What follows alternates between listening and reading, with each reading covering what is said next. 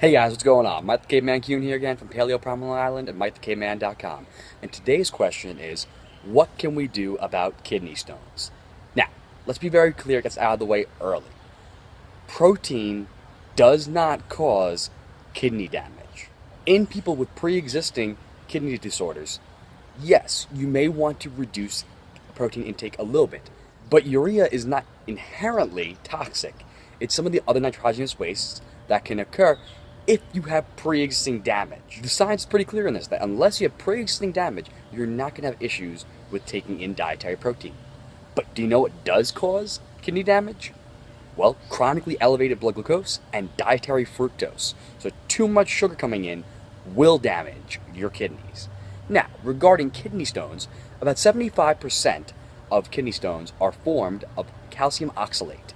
Now, oxalates are the salt form of the organic compound oxalic acid, which is commonly found in wheat, in nuts, peanuts, rhubarb, but particularly in green leafy vegetables like spinach and collard greens and Swiss chard and beet greens and the brassica like broccoli and cabbage, Brussels sprouts. But you're also found it in soy, white and sweet potatoes.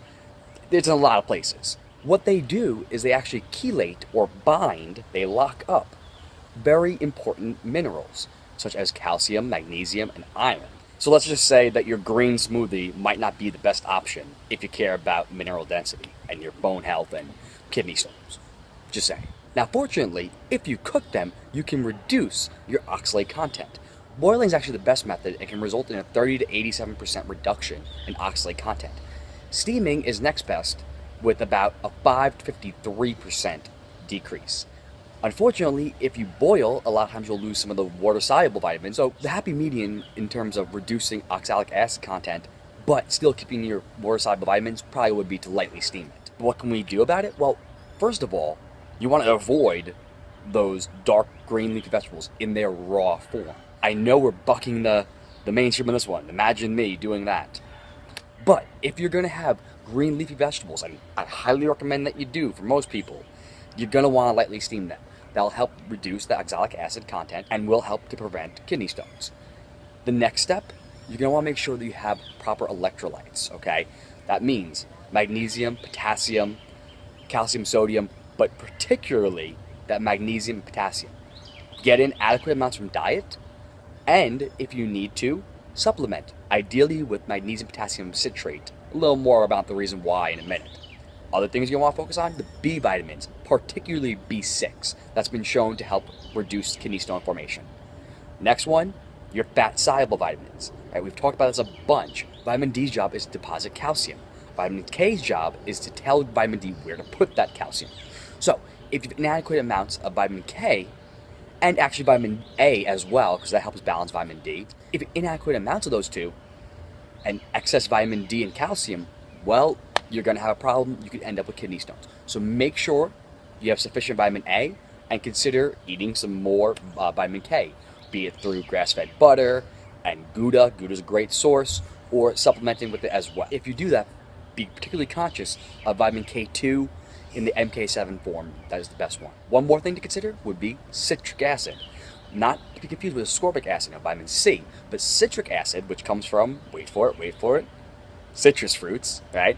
That citrate is the same kind that you find that potassium magnesium citrate. That's the salt version of those. If you eat some citrus fruits, or you add some lemon water, or even apple cider vinegar to some water and you drink on that, and that will help with getting in some citric acid to help break down those kidney stones. So the biggest takeaways for today: eat some quality carbohydrates, but if they're going to be the vegetable types, particularly the green leafy ones, make sure you're cooking them. Avoid excess sugars, particularly glucose and fructose, pure sugars. Don't do it. High fructose corn syrup, don't do it. Next one, you're going to want to make sure that you're getting in adequate electrolytes, particularly magnesium, potassium, adequate vitamin K, K2 that is, and this seems crazy to have to even say, but make sure you're getting enough water, because that will help with that electrolyte balance. So, get enough water, get in your vitamins and minerals, avoid those raw green vegetables, and you'll be ready to go. Alright guys, hopefully this helped you out. You know what to do. Like and subscribe down below. Share it with your friends. Head over to Facebook over at Paleo Problem Island. Of course, you can find me over on Instagram and Twitter at Mike the Caveman, and obviously on MikeTheCaveman.com. Enjoy the rest of your night, and I'll see you tomorrow.